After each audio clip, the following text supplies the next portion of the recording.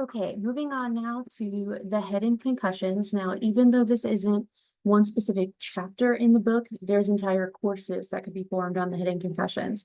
So I think it's really important that we spend some time on this, even though not all the material for this unit is in your textbook. There are some supplements on Canvas, specifically the SCAT-3, SCAT-5, and some other handouts that will help lead us into the lab that we'll do in class for concussion and concussion testing. So jumping right in. What is a concussion? Well, depending on where you look or who you ask, some of those definitions might have a little bit of variability, but we do know that concussion is translated from the Latin that means to shake violently. So there's a Vine video that you could click to see the animation, but basically the brain is moving within the skull. So even though there is fluid surrounding the brain within the skull, it still has the ability to move even just slightly. So a concussion happens essentially whenever the brain smashes into the skull, regardless of the side, and can cause injury. So it's essentially a bruise to the brain. Now, with any type of head injuries, there are different scales to categorize the severity of this. If we're looking at some medical terminology, concussions will be classified as MTBIs, or mild traumatic brain injury. Now, no brain injury is necessarily mild, right? We don't want to ever injure our brain, but concussions more on that mild scale, while when we're talking about traumatic brain injuries, this would be something that results in a lot more lifelong issues from. So if someone completely loses their ability to speak or process or find words or even control some of their own body motions and things like that, that would be more of that traumatic brain injury. So concussions, MTBI, mild traumatic brain injury. So when it comes to prevention, there's a lot of things that we can do, anywhere from equipment to strengthening our neck muscles to anywhere in between, proper tackling form, things like that. But we definitely still know that injury is a part of sports, no matter what type of prevention mechanisms we throw into it. Especially because you only have one brain and that's all you've got for your entire life. It's especially important that we try to especially important that we try to prevent injury as much as possible.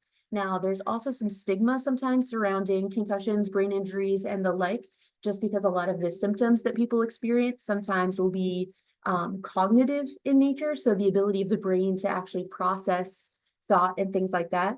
Sometimes people have a lot of emotional extremes anytime they suffer a head or a brain injury. And sometimes, again, it's just embarrassing to talk about. A lot of our athletes very highly driven, very competitive. So if there's a chance that they may have to sit out for a game or a few games just because of concussions, oftentimes they might feel a little bit of internal pressure to not report those signs and symptoms. And that can actually lead to life-threatening conditions that we'll talk about here a little bit later. It's not something that you get your bell rung, you're seeing stars, you're just a little shaken up. No, these are brain injuries. So we definitely need to be serious about them and not just try to shake it off. So when we're looking at some of the structural components, you're not going to be responsible to know the different bones of the skull, but the skull is made of several different bones here. And instead of calling these joints where those bones call together, they're called sutures. So as an infant, whenever you're born, these sutures or these joints of the skull won't be completely formed yet. There are soft spots within the head, and that's also designed to help that infant move through the birth canal. If that skull was completely rigid and completely formed, it would be a lot more difficult. So as we go through puberty and adolescence and we still see growth spurts and things like that, we'll also have a lot more hardening of these sutures or those joints essentially of that skull itself. Now, the skull is one of the few bones in the body that can have depression fractures, where you basically get hit and that whole skull starts to kind of sink in. And that's because as collectively, when these come together, it'll basically form a sphere with some hollow on the inside. So it can have depression fractures. When we're thinking about helmets or other protective equipment, they're not so much intended to prevent concussions, but to prevent skull fractures. Now, if we're looking at the different layers and what's deep to that skull, we have what are called meninges. So if you've heard about someone getting meningitis, we know it's an inflammatory condition, anything that ends in itis, of the meninges here. So those layers that are covering the brain, between the brain and the skull, are going to become inflamed. Now, there are three different layers of these meninges. So the outermost one is the dura mater. Dura translates to tough mother, so it is the thickest, toughest, outermost meninge or layer covering that brain. Deep to that, we have the arachnoid mater. Arachnoid, if you have arachnophobia, you are afraid of spiders. This is translates to like a spider web type shape. So not necessarily a solid layer, but more like a web type layer. And it's going to connect again that dura mater to the meninge again below that arachnoid mater, which would be the pia mater. Pia translates to the Latin for delicate. So a very delicate layer, a more spiderweb type layer, and then a tough, thicker layer. That's all that outer covering of the brain between the brain itself and the skull. Now, if we look at some terminology, again, we have the sub, meaning below, dura. So the subdural space, or the space deep to the dura before that in the arachnoid. And then we have the subarachnoid space, so the space that is just deep to that arachnoid, between that arachnoid mater and the pia mater. This is important when we talk about locations of bleeding on the brain. If someone has a subdural bleed versus a subarachnoid bleed, or an epidural bleed above that dural sheath, it'll just give us the location that that bleeding is occurring. We'll jump into that a little bit later. So assessment of head injuries. Anytime we're suspecting that someone has a head injury or a spinal injury, we know we have to use a lot of caution, just because even tiny, small, deliberate motions could still make that injury a lot worse. Now, not to the extent that the initial trauma had caused, but we're not going to definitely try to pull someone up off the field if we suspect that they might have a head injury, because again, any type of motion could make that a little bit worse. So considering concussions being brain injuries, and how the brain and the spinal cord, obviously connected, go hand in hand, even if we're thinking it is a concussion, we still need to make sure that a cervical spine injury is not present. So if you watch medical dramas, they put someone in a cervical collar and then send them to the hospital. They'll get a CT scan to clear the spine. That's just ensuring that there's no cervical spine damage. At that point, it would become more safe to allow for cervical or neck motion. But we're going to use as much caution as possible, just because until it's ruled out, it's definitely something that might be present. So use as much caution as possible. From a coaching standpoint, this is also going to usually lead to just leaving that athlete where they are until higher trained personnel are present. If someone loses consciousness on the field, or they're just talking crazy, or they seem really disoriented and just not there, we're going to shut them down from all activity, get EMS there, get an athletic trainer, a team physician, someone like that present to evaluate this condition, just because how they present now might even be completely different from how they present 15, even 20 minutes later. So important history, observation, palpation, special test. Again, it's the same 20 questions that we typically play as it relates to history questions.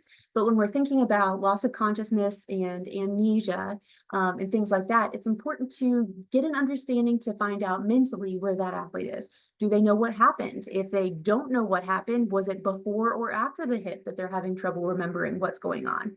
If they can't remember from that injury to the past, they might be experiencing retrograde amnesia, versus from that injury to the present, anterograde amnesia. So at what point are they having recall and memory issues?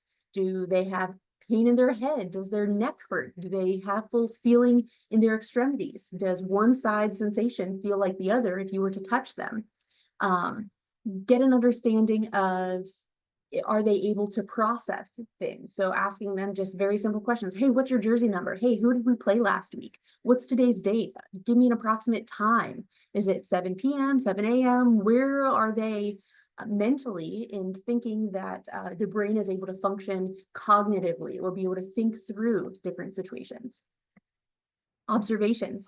Now, we can't, again, directly observe what's going on and seeing all the wheels move within the brain, but we're able to observe for, do they appear disoriented as far as looking into their eyes? Are they just kind of confused? Are they able to look and and actually sync up with what you're trying to ask, or are they just kind of out of it, staring around? When they speak, are they able to elaborate when they do that, or are they kind of just trying to answer the questions at a bare minimum? Are they having slurred speech? Do they have difficulty now informing their words or even finding their words? Is there a big delay? You ask them a question and they take, 3 to 5 seconds to be able to find the words to answer that question. As far as movement, do they have full motion one side compared to the other, or are they just kind of, spaghetti limbs? They're not able to really control much of their motor responses. Again, there are several different things that we're going to look for on an observation standpoint. If they did lose consciousness, that would be something to definitely note how long they were out, but someone doesn't necessarily need to lose consciousness for them to have a diagnosis of a concussion or an MTBI. Is there any bleeding? So looking around the skull, especially on the face will bleed a lot. So if they do have any type of bleeding, they probably, again, will not bleed to death from that. It's just a lot of capillaries, but because the face is so vascular, it will bleed a lot. So still try to get control of that scene, glove up, stop that bleeding, but then also taking a look at that blood itself, and look a little bit at the color of it and what's called the viscosity or the thickness of it. We'll talk here in a second about cerebrospinal fluid, or the actual fluid around the brain within the skull. If that comes out of the skull, obviously it indicates a skull fracture, right? All that fluid should always stay in the brain, or I guess in the skull surrounding the brain or surrounding the spinal cord. So if this comes out, that's going to tell us something serious is going on, more than just the bleeding, right? So this should never leave the body at all. Since it does have a different viscosity from the blood, if we collect that blood with a piece of gauze and then we look at it later, it will have a positive, what's called halo sign, or that cerebrospinal fluid, because of the different viscosity or thickness, heaviness of it, it will actually move to the perimeter. So it'll look like a gold halo, like angel's halo around that blood. That's definitely going to be a sign that we need to refer them immediately. So palpation, again, just kind of feeling around on the neck, on the skull. Is there any point tenderness? Do we feel any deformity? Again, being completely nice and smooth is something that we should feel, but if we feel a big divot here, again, that could show us that we have a depression fracture. As far as special tests, a lot of the tests here are, again, just trying to figure out the severity of these symptoms. So from a neurologic standpoint, we're testing what's called the cranial nerves, or how those nerves within the brain itself are going to function. A lot of those nerves are responsible for eye tracking, vision, so just being able to see, taste, tongue movement, a lot of your facial movements, so raising your eyebrows, blowing out your cheeks, sticking out your tongue, move it side to side, things like that we'll talk about a little bit later. As far as eye function, again, these are directly tied to some of those cranial nerves. And we're looking at the pupils, or that black portion of the eye. Are they abnormally large or abnormally small? That would be dilated if they're very large. Are they irregular in nature? Are they completely round, or does it seem to be torn at all and kind of moving outside of that nice round border? We also want to make sure that those pupils are able to accommodate to light. So if I take a light and I shine it in their eyes, the pupil's job is going to be to restrict or constrict, to delay light from entering those nerves in the back of the eye. So if the pupil constricts when I put light over it, that's normal. But after I move that light away, it should return to its normal size. So just a left-right, does that one do the same thing that this one does? We're also looking for eye tracking. So when we have them follow an object, that pursuit of motion is nice and smooth. It's not real jumpy. There's another term that comes into play here called nystagmus. Now, nystagmus is going to be like, it translates to dancing pupils. So this is going to be one of those things that you might see in a field sobriety test. They'll have you kind of smooth pursuits tracking as they have you follow their finger, a pen, something very small. They'll kind of move it around your head, and they're looking for that nystagmus. So especially at those end ranges, if you're looking kind of in that end field here, not directly in front of you, but at those ends, the eyes will kind of start to twitch back and forth. That's that nystagmus. So again, that's not something that we can directly control, but something that we can easily assess for. So when we think about a lot of those DUI type tests, we're also seeing some delays in the brain function that you would also have if you did have a concussion. So a lot of these tests might be very similar to what you would see on the side of the road if you did have to take a sobriety test. Balance test, again, very similar to some of those sobriety tests that you might have. There's what's called a Romberg test. So basically just a heel toe walk. If these lights on.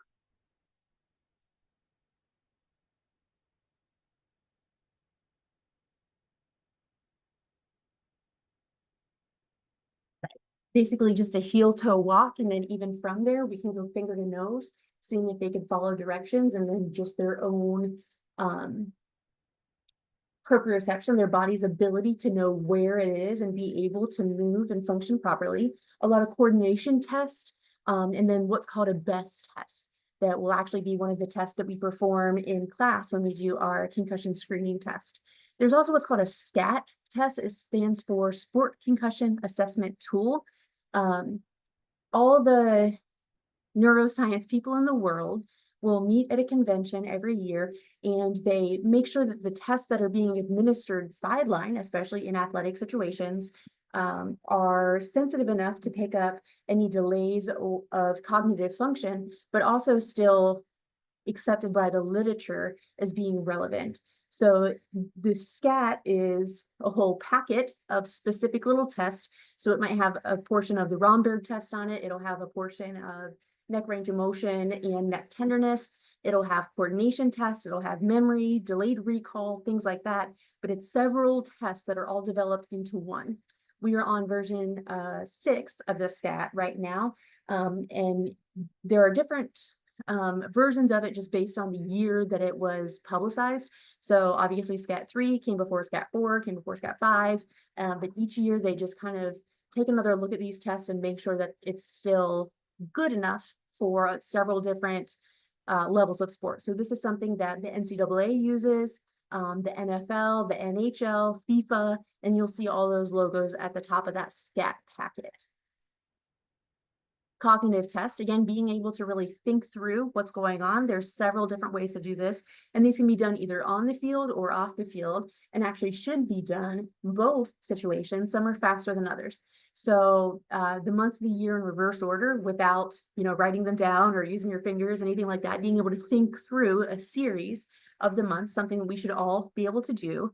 Counting backwards, again, another field sobriety test. They might say count backwards from 87 until 73. So you have to think, well, I'm not starting at 100 here. If I'm at 87, then comes 86, and then knowing when to start and stop. There's also what's called serial sevens, which personally I find very difficult with no brain trauma, counting backwards in series of sevens. So starting at, let's say, 100, minus 7 would be 93, minus 7 would be, and so on and so forth, which especially if you do have a concussion, can be more difficult, but even for the healthy people can also be a little bit challenging. Again, just recent memory type stuff. Hey, what did you have for breakfast this morning? I'm going to give you these 3 words to remember. I want you to repeat them back to me. And you might not tell them 15, 20 minutes later. I'm going to ask you those same words again. If you do tell them, then they're obviously trying to focus on remembering them. But if you don't tell them, it just kind of helps to assess what's just in their mind without being prompted so much. When it comes to recent memory type stuff, where it can get difficult is that you also need to know the answers to those questions. So if I said, who did we play last week? And you say Missouri Western, well, if I don't know if that's true or not, I'm not really assessing what I need to, right? Same with breakfast this morning. If you said I had a granola bar and a banana, is that true, or did you just make that up just to have it as an answer to the question? So you also need to be able to know the answers to those questions as well. There's, again, a lot of neuropsych assessments. SAC, the standardized assessment of concussion, again, a specific portion of tests that will also be in that SCAT packet. Sometimes these neuropsych assessments can also be computer-based. So something that we do here on campus is the IMPACT test. It stands for immediate post-concussion assessment tool. Yes. And how it works is I've got some pictures later on, but it might have different shapes, and it'll say, is this the same shape that you saw before? There are some different things that the computer will automatically assess. So processing speeds can be something, the ability to follow directions, different things like that. So it's not like, oh, you got an 80%, you don't have a concussion, right? There will be some baseline information that it collects. So usually at the beginning of the season, and then after that injury itself. So we can compare kind of where you score before injury, after injury, and compare those and see how much the deficit exists. Where it can get complicated sometimes is that some of the athletes will say, well, if the impact test is something that's going to help me to get back to play after being injured, I'll just intentionally sandbag it or intentionally do terrible on my baseline test. So later on, when I do have a concussion and I also do terrible, those numbers will be fairly equal and I'll be able to return to play. Well, a lot of these computerized systems have features embedded in them to where if it can pick up on the fact that you're intentionally trying to fail these tests, it just shuts down and makes you restart.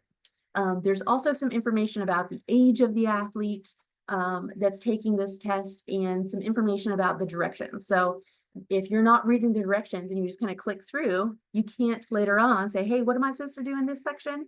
Well, that would be having to repeat the directions, which might show that, again, you have some memory issues. So you also have to make sure that your athletes are taking this seriously whenever they do start these exams, just because there shouldn't be an opportunity for them to ask a lot of questions along the way. So here's again, immediate post-concussion assessment and cognitive testing. That's that acronym. So again, several different things that it measures. This is something that several of the schools do have. ESU has a license to be able to do this on our higher risk sports. So football, I believe basketball takes the impact test, and women's soccer. But at some schools, again, it could be every athlete that takes this. In some high school settings, they might even have just every student take this when they have their free physicals. It just kind of depends on the licensing of it. So the way that this works is that it might be free for the first 100 athletes, but then after that, there's an additional cost. So the school might have to choose who they test and who might be more high risk compared to others. Some of it might also have to do with the preference of the team physician. So if you have a doc that really likes the impact test, they might want everyone to take it. Whereas if you have maybe some more old school clinicians where they have a pretty good feeling that they can make accurate diagnosis and return to play decisions without this test, they might not see as much value in it. So here's one of those screenshots again from this impact test. They'll show you a shape and they'll ask you, is this one of the shapes that you saw earlier? So without skewing the size of it, without rotating it, yes, no, is this something that you saw? And again, it will develop a score at the end and then also kind of show you some data for several different points throughout. Now, looking at this SCAT test, again, this is going to be that whole packet of several different things, again, revised annually by a lot of the leaders in the field. The ones that we will use will, again, have 8 sections, and then there's also some information to parents, information to athletes, to coaches, even some pocket cards. So what's a red flag? What do we look for? Just sideline. We're not expecting every single coach, every single athlete, every single parent to know all of this just right off the top of your head. You're not going to necessarily have the ability to even diagnose a concussion, but in scary situations, especially emergency brain injury situations like concussions, you might just forget all the training that you've had. So if you have a real quick, just pocket reference, hey, these are the scariest things to look out for. This is the stepwise procedure of what you need to do if an athlete does sustain a very serious blow to the head. It's only going to be helpful. So this SCAT test, again, breaking it down section by section. The first section is going to be what's called the GCS, or the Glasgow Coma Scale. Now, this is something that is used by a lot of emergency room physicians, EMS providers. It's comprised of 3 different sections, and there's a score for eye-opening response, verbal response, and motor response. So EMTs, paramedics might be able to look at someone and say, oh, they have a GCS of 12. Right? You might see that in some medical dramas. Now, this is something that athletic trainers maybe not be using as much, just because it's harder to just mentally memorize some of these numbers and kind of know where that athlete is. We'll definitely have a better idea of their level of consciousness by using different scales. So the AVPU scale, alert, verbal, pain, unresponsive, and there are several other scales, ACDU scales, and some other things just to determine, again, their level of consciousness, if they're deteriorating or getting worse over time, or if they're kind of getting better. So the way the AVPU scale works, alert, verbal, painful, unresponsive, again, it's just looking at how responsive that athlete or that patient is to different types of stimuli. So if I say, hey, Jackson, and he turns around, right, he's alert, he's walking, talking, everything seems to be fine. If he turns around only whenever I call for him, right, he's alert to a verbal stimulus. So he's not just normal walking, talking. I have to, again, try to get his attention somehow. Responding to that verbal stimulus would put him in that V zone. If, again, not walking, talking, seeming fine, not alert to a verbal stimulus, I say, hey, Jackson, hey, are you okay? And he doesn't turn around. Now I elicit a painful stimulus. It's not if they're already in pain, I actually cause pain to that patient.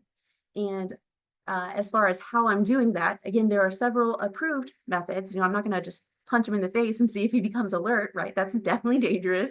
But some things that I can do is just to pinch on the nail bed, right? So even if you are trying to fake someone out, if you just pinch straight down on that nail bed, that'll be painful. So they might just kind of come to whenever you cause that painful stimulus. Another one seen in a lot of ER dramas or medical shows is what's called a sternal rub. So your sternum being your breastbone, if you take kind of the knuckles of your hand and you just grind in that sternum, again, going to be very painful for someone. So if they're trying to fake you out, if you put that sternal rub, they might kind of come to. At that point, they would be alert to a painful stimulus. So if they're not normally alert, they're not alert to a verbal stimulus, they're not alert to a painful stimulus. At that point, they are deemed unresponsive by that AVPU scale. The GCS, again, a scale of 15 based on 3 different things. The lower the score, the worse off that person is. Part 2, again, of this SCAT packet is what's going to be called a MADIC score. So a MADIC score will help orient someone to a person, time, or place. So again, when you're asking these questions, you also have to know the answers to these. Where it can get confusing or difficult, especially for healthy athletes, is anytime, think like high school travel, summer AAU type stuff, showcase, where you're in, let's say, a certain town, but you're bouncing back and forth between several different facilities throughout the day. Plus, you probably weren't the one to actually drive there, so you may not know the name of the facility itself.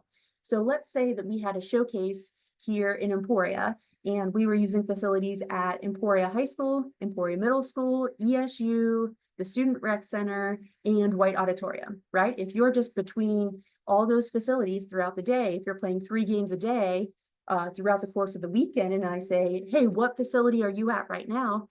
You genuinely might not know the answer, even though you don't have any cognitive deficits, right? So just kind of take that with a grain of salt when you're asking those questions. Some other things we might ask them, what half is it now? That's necessarily without looking at the scoreboard or the play clock, anything like that. Just kind of figuring out if they can process time. Who scored last match? What team did we play last week? Did your team win the last game? Again, if you don't know the answers to those questions, it's not going to be very helpful to ask. There was a situation where, again, it was like a summer travel ball situation. And I asked the girl, hey, what's your jersey number? Right? And she said, let's say 25, but she was wearing jersey number 50. And I thought, uh-oh, like she's so confident in her answer, what could be going on? Well, her teammate gave me a little bit more information earlier in a different game. She'd got a bloody nose. So even though she typically wears jersey number 25, she was currently wearing 50, right? But only because she got blood on her jersey. If you say, hey, what's your head coach's name? Well, I don't know that answer. So you'd have to verify those results with somebody that does know them. Looking at part 3 here, it's symptom evaluation. So there are, on this list, it looks like 22 different symptoms. But again, this isn't all the symptoms that someone might experience when they have a concussion. Again, they might be more physical in nature or more cognitive. So I can't necessarily see someone having difficulty remembering, difficulty concentrating, a lot of sensitivity to light and sound, other than, they might be shielding themselves, things like that. We also have to think that these are self-reported. So if I say, hey, how's your vision? How's your dizziness today? And they say, oh, I'm perfectly fine. If they're lying, I don't really have a lot of great information to fall back on. So when you are getting symptoms, just make sure your athlete knows it's okay to be honest. I need you to be honest, right? Sometimes they might lie about their symptoms, or let's say they have a symptom score of 80 today, and then when we check in tomorrow, I am symptom free. Well, I know you're lying to me, right? So this isn't going to get you back to play sooner, right? We need to know how these symptoms are changing, especially over time, and how this affects the return to play process. So we need to encourage everybody to take these things seriously. And it really comes down to knowing your athletes, who's going to try to game the system versus who's going to be really honest with you. And you kind of need to scare them, right? So later on, we'll talk about something called post-concussion syndrome, which can be a fatal condition if someone returns to play too early after having a concussive blow. So this is really serious. It's not just playing 20 questions just so I know, right? This definitely has some effects a little bit later on. So we need them to be completely honest. So again, it is self-reported, but we would just go through the list every single day of these symptoms. So not only initially, but then every morning thereafter, they would, or every day, just whenever, they would check back in with the medical staff and we would get another symptom evaluation. This is going to be helpful to do all on that same sheet, just so we can compare today versus yesterday versus the next day, right? If your headache has only gotten worse, but your overall symptoms have decreased, that's going to be something to really note. So there's an app version for this, but honestly, I'm not a big fan of the app just because it will just send you a symptom score, but not really show what has increased or decreased. So let's say if I rated my headache the first day as a 1, being pretty mild, but I also had 10 other symptoms, and then on day 3, I had no other symptoms, but my headache now turned to a 6 or a severe, it may not really show that other than, hey, you have a decrease in symptoms. That's usually a good thing, right? So if you do it on paper, you can circle in different colors every day and then just kind of make a little note of what means what, so you can see how these symptoms have gotten better or worse over time. Part 4, this is our cognitive assessment. So really trying to use your brain and think through what's going on. It does take some concentration, but just like all these other tests, it also takes a little bit of skill from the clinician themselves in how they're presenting these questions. So orientation to person, time, and place, again, that's our SAC testing, or standardized assessment of concussion. That's one of those things built into the SCAT. But then we're looking at immediate memory and then some concentration. So this packet lists a couple different word groups. It looks like 4 on this slide that it lists 2-syllable, completely unrelated words. So the first list here, elbow, apple, carpet, saddle, bubble, right, have nothing to do with each other. If I were to have to make my own word list and I say schoolhouse, backpack, stapler, classroom, right, those are all school related things. Or if I say puppy, kitten, iguana, right? Those are all animals, right? So these need to be completely random words. So if you are using this SCAT packet, you have a vetted list of words. It also relies on you enunciating and clearly pronouncing these words when you say them to the athlete. Again, they're not seeing them on paper, they're only hearing you say them. I was part of a study through the psych department at ESU, and the word list that they were using was a little outdated. One of the words on the list was cistern, which I still don't completely understand, something to do with a well, but I heard sister, like not your brother, but your sister. So when I'm repeating these words back, I said sister and got it wrong, even though I repeated back what I thought that I heard, right? So if you are making your own word list, make sure they're kind of up-to-date-ish words, just so that athlete has a better idea of what they're actually trying to pronounce back.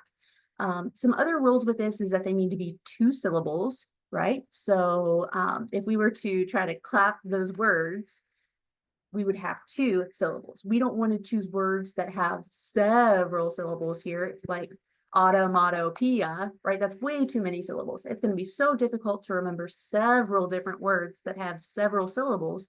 2 syllables, exactly where we need to go. We also don't want them to rhyme, right? So if I say book, took, look, right? That's too easy. We need to make sure that they are pretty different. We also want to avoid proper nouns. So names, cities, things like that. So just avoid those because again, they're a little bit too specific. Keep those categories very broad and have just completely unrelated 2-syllable, not proper noun words. Moving on to that digits backwards section. Here we would have numbers 0 through 9, so single digit numbers. You would have several different strings of numbers having one more digit on each consecutive list. You would read it forwards and they would repeat it backwards. So in that case, 1, 2, 3 would become 3, 2, 1.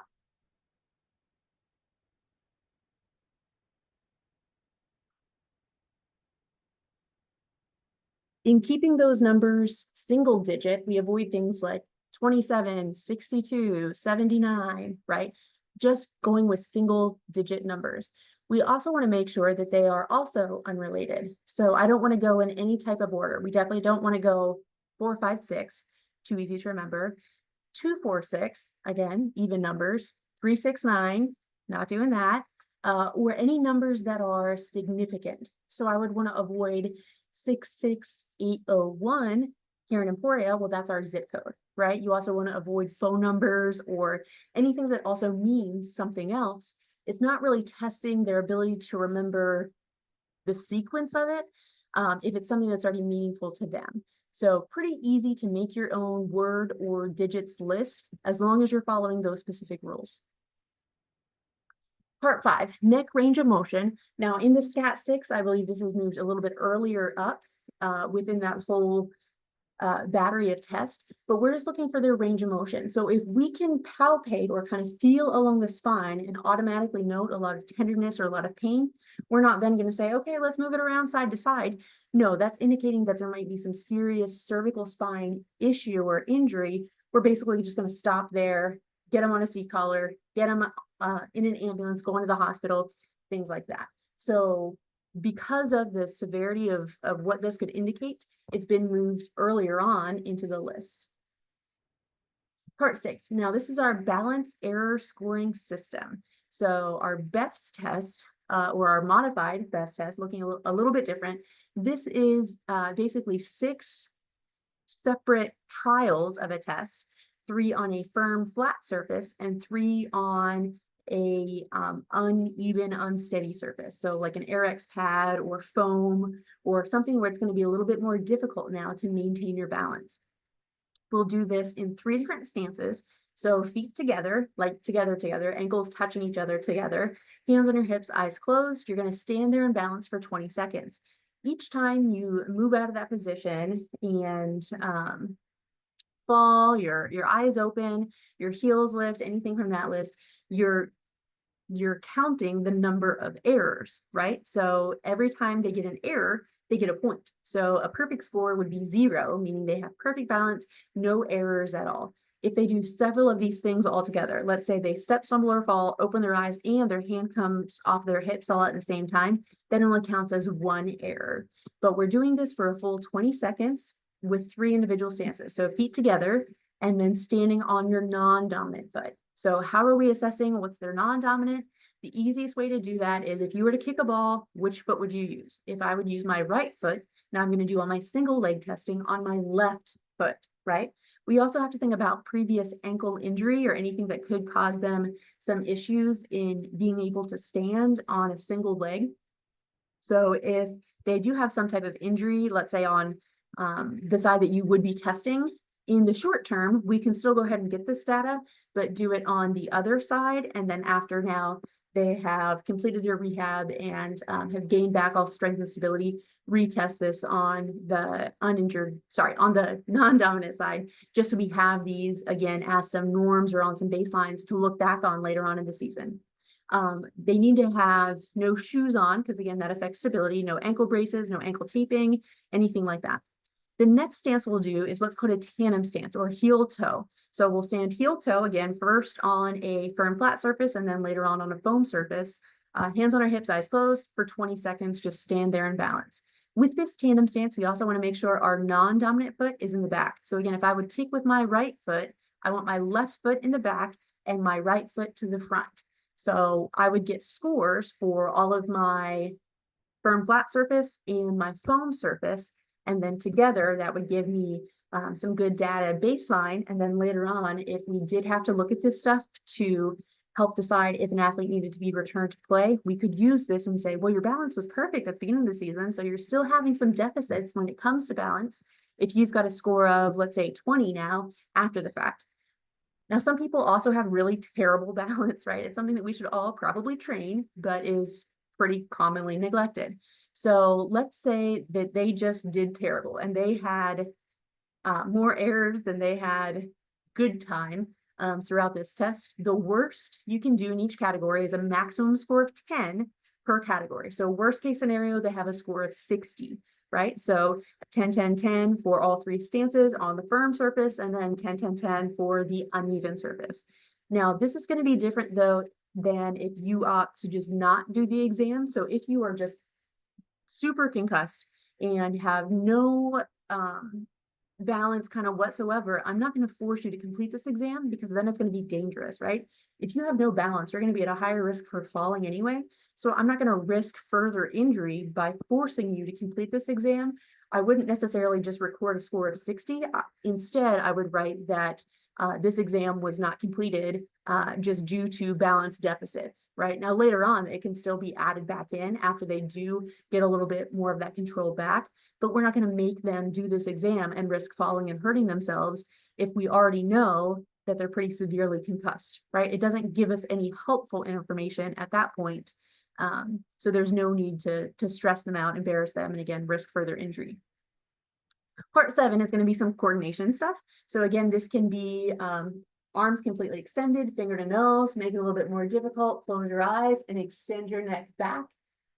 That's an easy way to measure some of this coordination. There are several other things that can be done to measure coordination, but this one's pretty simple. This might also be one of those field sobriety tests that police might perform. Looking at part 8, again, this is our standardized assessment of concussion, or SAC, delayed recall. So those same 5 words that we said earlier, repeat them back to me as many as you can in any order, right? So they've got some time to be able to complete this. If they can't name them all, that's fine. Again, we're not telling them throughout the exam that they need to remember these. It's just, oh, hey, by the way, tell me as many as you can. So it's that same exact word list from before. Now, when you read them initially, it was the rate at 1 word per second. So you're not blurting them out as fast as you can. You need to make it something that the athlete can actually achieve and succeed in. So enunciate clearly, 1 word per second. Again, if you're making your own word list, completely unrelated, 2-syllable words. Now, when we're moving into our return to play protocol, there are some differences that each school might decide to add into their concussion return to play protocol. There are some guidelines that the NCAA has. There are some guidelines that CASA, so the State Secondary School Association, might have. But in a most general sense, there's a couple of things that need to happen. One, the athlete needs to be symptom and medication free before we're starting our return to play criteria. Now, this isn't stopping their daily multivitamin, their Zyrtec, their birth control pill that they take every day. It's not that. It's the medications that they take for the symptoms that they had. So if they have a headache and they've taken Tylenol for the past couple of days, well, you still have symptoms. It's just being masked by that Tylenol. So I want you to not have a headache and not be taking Tylenol for those headaches before you start this return to play criteria. Let's say maybe they have some nausea, so they've been taking some Tums or some meds to control that. Again, that's still a symptom. You might be symptom-free because the medication is controlling that, but you're not really symptom-free if you're taking medication for those symptoms. So symptom-free, medication-free before we start this return to play process. Now, regardless of the level, there are, again, some similarities that it has to have. So, it has to be a stepwise protocol. So you're not going from 0 to hero overnight, right? It'll take a couple days to get this back, especially in the educational realm. So college, high school, or even some younger levels, we need to make sure that they have return to learn in the classroom before they start their return to play criteria.